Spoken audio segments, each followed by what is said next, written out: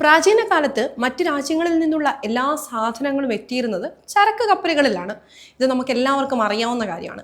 ഇതിൽ അമൂല്യ വസ്തുക്കൾ കയറ്റി യാത്ര തിരിച്ച പല കപ്പലുകളും ലോകത്തിന്റെ വിവിധ ഭാഗങ്ങളിൽ വെച്ച് തകർന്ന കഥകളും നമ്മൾ കേട്ടിട്ടുണ്ട്. അവയിൽ പലതും ഇന്നും വലിയ സമസ്യകളായി തന്നെ അവശേഷിക്കുകയാണ്. അത്തരത്തിൽ കാണാതായ ഒരു കപ്പലാണ് HMS ലൂട്ടീൻ.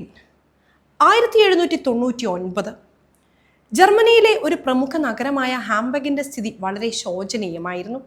സാമ്പത്തിക വ്യവസ്ഥയാണെങ്കിലോ തകർച്ചയുടെ വക്കിൽ. ആ നഗരമെങ്ങും അരക്ഷിതാവസ്ഥ നിറഞ്ഞു നിന്നു. നഗരത്തെ രക്ഷിക്കാൻ ലണ്ടനിലെ വ്യവസായികൾ തീരുമാനിച്ചു. അങ്ങനെ ടൺ കണക്കിന് സ്വർണവും വെള്ളിയും വാങ്ങി HMS ലൂട്ടീൻ എന്ന കപ്പലിൽ നിറച്ച് അവർ ഹാംബർഗിലേക്ക് വിട്ടു.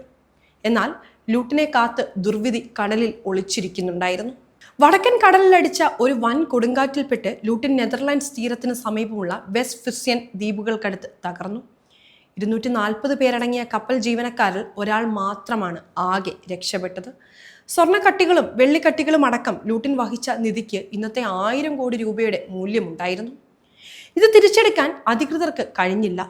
ഈ വമ്പൻ നിധി ഇന്നും സമുദ്രത്തിൽ തന്നെ നിലകൊള്ളുകയാണ്. അതായത് കപ്പലിനൊപ്പം മുങ്ങിയ സ്വർണ്ണക്കട്ടികളും വെള്ളിക്കട്ടികളും ഇന്നും യൂറോപ്പിന്റെ വടക്കൻ മേഖലയിലുള്ള കടലിൽ എവിടെയോ മറഞ്ഞു കിടക്കുകയാണ്. എന്നാൽ കപ്പലിൽ ഉണ്ടായിരുന്ന മറ്റു ചില വസ്തുക്കൾ കണ്ടെടുത്തിട്ടുമുണ്ട്. അതിലൊന്നാണ് കപ്പലിലെ മണി. ലൂട്ടൻസ് ബെൽ എന്നറിയപ്പെടുന്ന ഇത് കടലിൽ നിന്ന് കണ്ടെടുത്ത് ലണ്ടനിൽ സ്ഥാപിച്ചിരിക്കുകയാണ്. ഇനി വർഷം 1857. അമേരിക്കൻ വൻകരയിൽ വലിയ സ്വർണ്ണവേട്ട നടക്കുന്ന കാലം. പനാമയിലെ കൊളാൻ എന്ന തുറമുഖത്ത് നിന്നും 13,600 കിലോ സ്വർണവും വഹിച്ച് ന്യൂയോർക്കിലേക്ക് പോവുകയായിരുന്നു SS സെൻട്രൽ അമേരിക്ക എന്ന കപ്പൽ. പ്രശസ്തമായ കാലിഫോർണിയ സ്വർണ്ണവേട്ടയിൽ നിന്ന് കിട്ടിയ സ്വർണമാണ് ഈ കപ്പലിൽ നിറച്ചിരുന്നത്. ക്യാപ്റ്റൻ വില്യം ലൂയി ഹെൻഡോൺ ക്യാപ്റ്റനായുള്ള ഈ കപ്പലിൽ സ്വർണം കൂടാതെ 477 യാത്രക്കാരും 101 ജീവനക്കാരുമാണ് ഉണ്ടായിരുന്നത്. സെപ്റ്റംബർ 9 US വടക്കൻ കാരോലിന സംസ്ഥാനത്തിന്റെ തീരത്തിനടുത്ത് കപ്പലെത്തി. ആ സമയത്താണ് ശക്തമായൊരു ചുഴലിക്കാറ്റ് ആ മേഖലയിൽ ആഞ്ഞടിച്ചത്. അതിൽപ്പെട്ട് കപ്പൽ ഉഴറി. മണിക്കൂറിൽ 170 കിലോമീറ്റർ വേഗത്തിൽ കാറ്റുകൾ കപ്പലിനെ ആക്രമിച്ചുകൊണ്ടിരുന്നു. 1857 എന്ന വർഷത്തിൽ അനേകം ചരിത്ര സംഭവങ്ങൾ ഉണ്ടായിട്ടുണ്ട്. അതിലൊന്ന് ഒന്നാം ഇന്ത്യൻ സ്വാതന്ത്ര്യ സമരമാണ്. ബ്രിട്ടനെതിരെ ഇന്ത്യയിലെ നാട്ടുരാജ്യങ്ങളും സമരനായകരും പ്രക്ഷോഭമുയർത്തി. എന്നാൽ അതുപോലെ തന്നെ ഈ വർഷം US ചരിത്രത്തിലും വലിയ പ്രാധാന്യമുള്ളതായിരുന്നു. പാനിക് ഓഫ് 1857 എന്ന പേരിൽ സാമ്പത്തിക പ്രതിസന്ധി അവിടെ ഉടലെടുത്തു. അതിൻ്റെ പ്രധാന കാരണങ്ങളിലൊന്ന് ഇപ്പോൾ സൂചിപ്പിച്ച ഒരു കപ്പൽ ചുഴലിക്കാറ്റിൽ മുങ്ങിയതാണ്. അമേരിക്കൻ വൻകരയിൽ വലിയ സ്വർണ്ണവേട്ട നടക്കുന്ന കാലമായിരുന്നു അത്. പനാമയിലെ തുറമുഖത്ത് നിന്നും 13,600 കിലോ സ്വർണം വഹിച്ച് ന്യൂയോർക്കിലേക്ക് പോവുകയായിരുന്ന SS സെൻട്രൽ അമേരിക്ക എന്ന കപ്പൽ. പ്രശസ്തമായ കാലിഫോർണിയ സ്വർണ്ണവേട്ടയിൽ നിന്ന് കിട്ടിയ സ്വർണമാണ് കപ്പലിൽ ഉണ്ടായിരുന്നത്. ക്യാപ്റ്റൻ വില്യം ലൂയി ഹെൻഡോൺ ക്യാപ്റ്റനായുള്ള ഈ കപ്പലിൽ സ്വർണം കൂടാതെ 477 യാത്രക്കാരും 101 ജീവനക്കാരുമാണ് ഉണ്ടായിരുന്നത്. സെപ്റ്റംബർ 9 US വടക്കൻ കാരോലിന സംസ്ഥാനത്തിന്റെ തീരത്തിനടുത്ത് കപ്പലെത്തി. ആ സമയത്താണ് ശക്തമായൊരു ചുഴലിക്കാറ്റ് ആ മേഖലയിൽ ആഞ്ഞടിച്ചത്. അതിൽപ്പെട്ട് കപ്പൽ ഉഴറി. മണിക്കൂറിൽ 170 കിലോമീറ്റർ വേഗത്തിൽ കാറ്റുകൾ കപ്പലിനെ ആക്രമിച്ചു കൊണ്ടിരുന്നു. പായ്മരങ്ങൾ പൊട്ടിക്കീറി. ബോയിലർ റൂം തകർന്നു. അങ്ങനെ സെൻട്രൽ അമേരിക്ക മുങ്ങി. ടൈറ്റാനിക് ദുരന്തത്തെ അനുസ്മരിപ്പിക്കുന്ന വിധത്തിൽ കപ്പലിലെ മനുഷ്യർ ആ രാത്രി തള്ളി നീക്കി. രക്ഷയ്ക്കായി ഏതെങ്കിലും കപ്പലോ ബോട്ടുകളോ എത്തുമെന്ന് അവർ വിചാരിച്ചു. പിറ്റേന്ന് 2 കപ്പലുകൾ സെൻട്രൽ അമേരിക്കയ്ക്ക് സമീപമെത്തി. ത്വരിതഗതിയിൽ രക്ഷാപ്രവർത്തനം നടന്നു. എങ്കിലും 425 പേർ കൊല്ലപ്പെട്ടു. ബാക്കിയുള്ളവരെ മാത്രം രക്ഷിക്കാനേ രക്ഷാപ്രവർത്തക സംഘത്തിന് കഴിഞ്ഞിരുന്നുള്ളൂ. കപ്പൽ മുങ്ങിത്താണു. അളവറ്റ സ്വർണം അത്രയും കടലിൽ മുങ്ങി.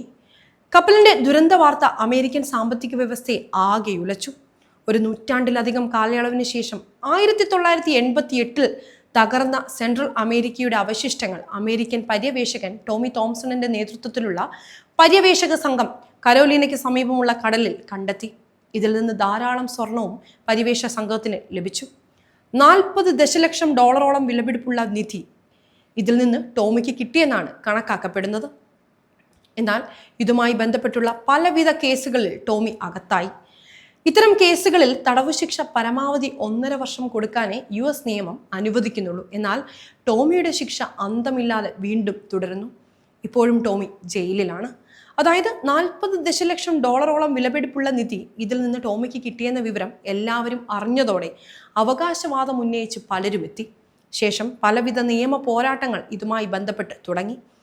അതായത് പണ്ട് കാലത്ത് കപ്പലിനെ ഇൻഷുർ ചെയ്ത ഇൻഷുറൻസ് കമ്പനികളാണ് ആദ്യം വാദം ഉയർത്തിയത്. തങ്ങൾ പണ്ട് ഇതിനായി വലിയ തുക മുടക്കിയെന്നും അതിനാൽ ഇപ്പോൾ കണ്ടെത്തിയ നിധി തങ്ങൾക്ക് അവകാശപ്പെട്ടതാണെന്നും ഇവർ വാദിച്ചു. ഈ കേസിൽ വിധി ടോമിക്ക് അനുകൂലമായെങ്കിലും പിന്നീട് ടോമിയുടെ ഗവേഷണത്തിന് പണം മുടക്കിയ സംരംഭകർ അവകാശവാദവുമായി വന്നു. ഒടുവിൽ നിധി കൈമാറാൻ കോടതി ടോമിയോട് ആവശ്യപ്പെട്ടു. എന്നാൽ മറവി മൂലം അതെവിടെയാണെന്ന് തനിക്ക് ഓർമ്മയില്ലെന്നായിരുന്നു ടോമിയുടെ നിലപാട്. അങ്ങനെ 2015 ടോമി കോടതിയെ ലക്ഷ്യത്തിന് അകത്തായി. ഇന്നും ടോമി ജയിലിൽ കഴിയുകയാണ്. ഇനി മറ്റൊരു കഥ നോക്കിയാൽ, തെക്കൻ അമേരിക്കൻ രാഷ്ട്രം കൊളംബിയയിലെ കാർട്ടജീന ഹാർബറിനടുത്ത് വൻ മൂല്യമുള്ള കപ്പൽ ഛേദങ്ങളുണ്ട്. ഏകദേശം 1,30,000 കോടി രൂപയുടെ മൂല്യം. 3 കപ്പൽ അപകടങ്ങളിൽ നിന്നായാണ് ഈ നിധി ഇവിടെ സ്ഥിതി ചെയ്യുന്നത്. ഇതിലൊന്ന് നൂറ്റാണ്ടുകൾക്ക് മുൻപ് സംഭവിച്ച അതിപ്രശസ്തമായ സാൻഹോസ് കപ്പൽ അപകടമാണ്. സമുദ്രത്തിന്റെ അടിത്തട്ടിൽ സ്ഥിതി ചെയ്യുന്ന നിലയിലാണ് കപ്പലുകൾ. സാൻഹോസ് എന്ന കപ്പൽ കൊളോണിയൽ സ്പെയിനിന്റെ പടക്കപ്പലായിരുന്നു. സ്പെയിനിലെ ജിബുസ്കോയിൽ പെഡ്രോ അറോസ്റ്റഗി എന്നയാളാണ് നിർമ്മിച്ചത്. 3 പായ്കളും പീരങ്കികളുമുള്ള ഈ കപ്പലിൽ 600 സൈനികരുമായി യാത്ര ചെയ്തപ്പോഴാണ് ബ്രിട്ടീഷുകാർ മുക്കിയത്. 3 പായ്കളും പീരങ്കികളുമുള്ള ഈ കപ്പലിൽ 600 സൈനികരുമായി യാത്ര ചെയ്തപ്പോഴാണ് ബ്രിട്ടീഷുകാർ മുക്കിയത്. 1708 ഈ സംഭവം.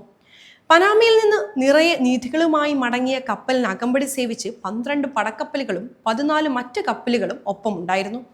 ബ്രിട്ടീഷുകാർ നാവികാക്രമണം നടത്തിയതോടെ കൊളംബിയയിലെ കാർട്ടാജീന ഹാർബറിനടുത്ത് കപ്പൽ മുങ്ങി. സ്വർണവും വെള്ളിയും പവിഴവും ആഭരണങ്ങളും അടങ്ങിയ വലിയ നിധികളും ഇതോടെ കടലിലേക്ക് പതിച്ചു. 2015 പിന്നീട് സാൻഹോസിനെ കണ്ടെത്തിയത്.